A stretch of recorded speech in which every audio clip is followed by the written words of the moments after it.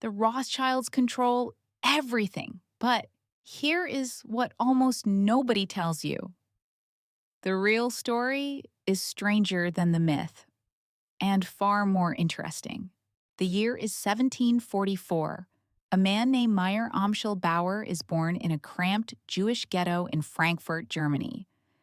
At the time, Jews in Frankfurt are legally forbidden from owning land, forbidden from most professions, forced to live behind locked gates. That close at sunset, the financial system of Europe is designed to exclude people like him.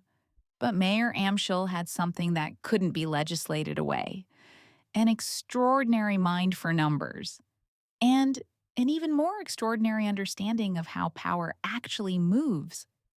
He changed his name to Rothschild, meaning red shield in German, after the symbol on his family's door. And from that ghetto, he began to build something the world had never seen. Within 2 generations, the Rothschilds were financing entire nations. Meyer Amschel's genius was simple. He sent each of his 5 sons to a different European capital: Frankfurt, London, Paris, Vienna, Naples. At a time when information traveled by horse, the Rothschilds had built a private courier network that moved faster than any government messenger. They knew about Napoleon's defeat at Waterloo before the British government did, and that information was worth a fortune. By the mid-1800s, the Rothschild family had become the largest private financial institution in the world. They financed Britain's war against Napoleon. They funded the construction of the Suez Canal. They helped stabilize the U.S. gold supply after the Civil War. Not because they controlled governments, but because governments needed them. And here is where history gets complicated, because real power always attracts fake stories. The conspiracy theories about the Rothschilds began appearing in the 1840s, and they followed a pattern that historians recognize immediately. A family gains real, documented power, then that power gets exaggerated, distorted, connected to things it had nothing to do with. The Rothschilds did not create the Federal Reserve. They were not involved in funding both sides of every war. They do not own the majority of the world's central banks. These claims have been investigated by historians for over a century. The documents don't support them.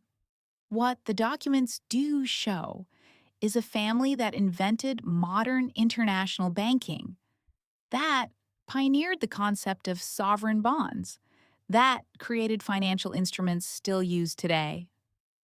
The myth grew because the reality was threatening enough on its own.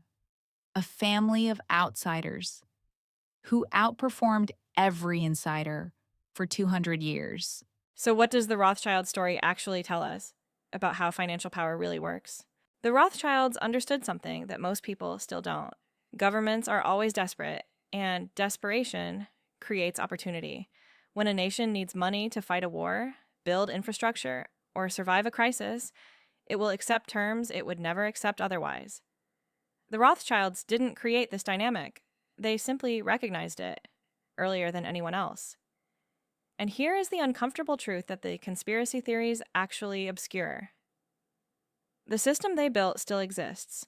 The names have changed. The institutions have changed. But the relationship between sovereign debt and private capital, the relationship between governments that need money and financiers who provide it, that relationship is older than any family, and it will outlast every conspiracy theory ever written about it.